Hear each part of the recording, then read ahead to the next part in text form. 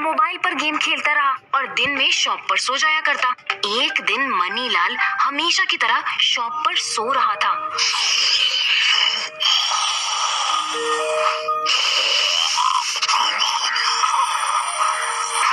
तभी धम से कुछ नीचे गिरने की आवाज आई। मनीलाल हड़बड़ा के जगा तो देखा चीनी का डिब्बा नीचे गिरा हुआ था।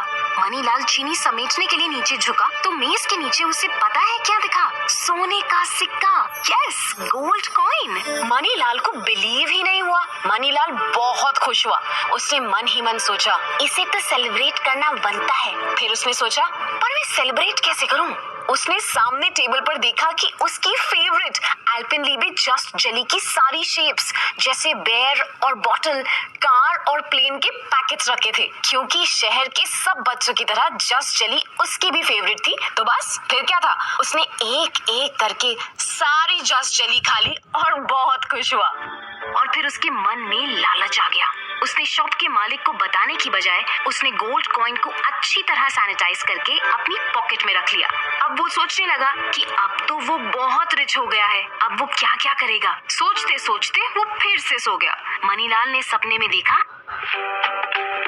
एक मिनट, इससे पहले कि हम आपको बताएं कि मनीलाल ने सपने में क्या देखा, आप हमें बताइए कि मनीलाल का बिना शॉप ओनर को बताए ऐसे गोल्ड कॉइन को पॉकेट में रखना सही था? नहीं, ये तो चोरी है। या हाँ, जिसको मिली। दोस्तों, ये तो गलत जवाब है। देखिए, अब एक बात सोचो, आपकी कोई चीज खो जाए तो आपको बुरा लगता है ना? इसीलिए अगर ऐसी कोई चीज मिले खुद नहीं रखनी चाहिए, पर किसकी है ये पता करके उसे दे देनी चाहिए। अच्छा, बताते हैं कि मनीलाल ने सपने में क्या देखा। मनीलाल ने देखा कि मेज के नीचे बहुत गहरी टनल है। उस टनल में आगे जाकर उसे पता है क्या मिलता है? सोने के सिक्कों से भरा हुआ मटका।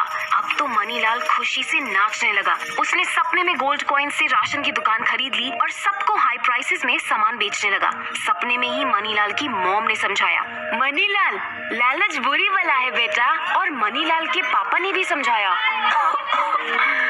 जरूरत से ज्यादा प्राइस में सामान बेचना गलत बात है बेटा। पर मनीलाल ने मम्मी पापा की गुड टीचिंग को इग्नोर कर दिया। अच्छा, अब आप बताओ, मुझे भी समझ नहीं आता, वैसे ये मम्मी पापा हमेशा कुछ ना कुछ टीचिंग क्यों देते रहते हैं? आप बहुत ही अच्छे बच्चे हैं। मम्मी पापा हमें बहुत प्यार करते हैं और चाहते हैं कि हम गुड ह्यूमन बीइंग्स बने, इसलिए हमेशा सिखाते रहते हैं। आगे सुनते हैं कि क्या हुआ। मम्मी पापा की बात ना मानकर वो ज्यादा प्राइसेस पर सामान बेचकर पहले से भी ज्यादा रिच हो गया। उसके बाद उसने बहुत सारी गाय और भैंस खरीद ली, जिससे उसने दूध और घी बेचने का बिजनेस भी शुरू कर दिया। अब तो मनीलाल सुपर रिच हो गया। अच्छा, क्विकली आपके लिए एक इजी पीजी लेमन स्क्वीज का सवाल है। आप मुझे बताओ कि कस्टर्ड पुडिंग और डेजर्ट्स को इररेसिस्टिबल बनाने के लिए आप क्या डाल सकते हैं उसमें? एल्पेनलीबे जस्ट जेली या चिप्स एंड फ्राइज?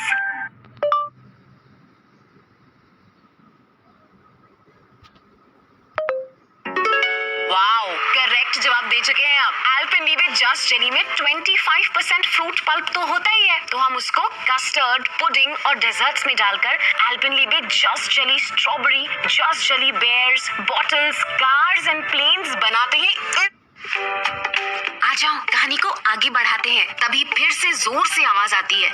मनीलाल एकदम झटके से नींद से जाग जाता है और वो देखता है कि चूहे उसकी जेब कुतर रहे हैं। वो चूहों को भगा देता है। मनीलाल देखता है कि चूहों ने उसकी जेब पूरी कुतर दी है। वो अपनी फटी जेब में हाथ डालता है, फिर जोर जोर से रोने लगता है, क्योंकि जिसे वो सोने का सिक्का समझ रहा था वो एक्चुअली में चॉकलेट कॉइन था, जिस पर गोल्डन रैपर चढ़ा था। ये देख मनीलाल को समझ आ गया और उसने खुद को कहा, जैसे मैं अपनी अच्छी हैबिट्स की वजह से अपने आप को सेफ रख पाता हूँ, वैसे ही अब मैं अपने हार्ड वर्क से ही सक्सेसफुल बन सकता हूँ।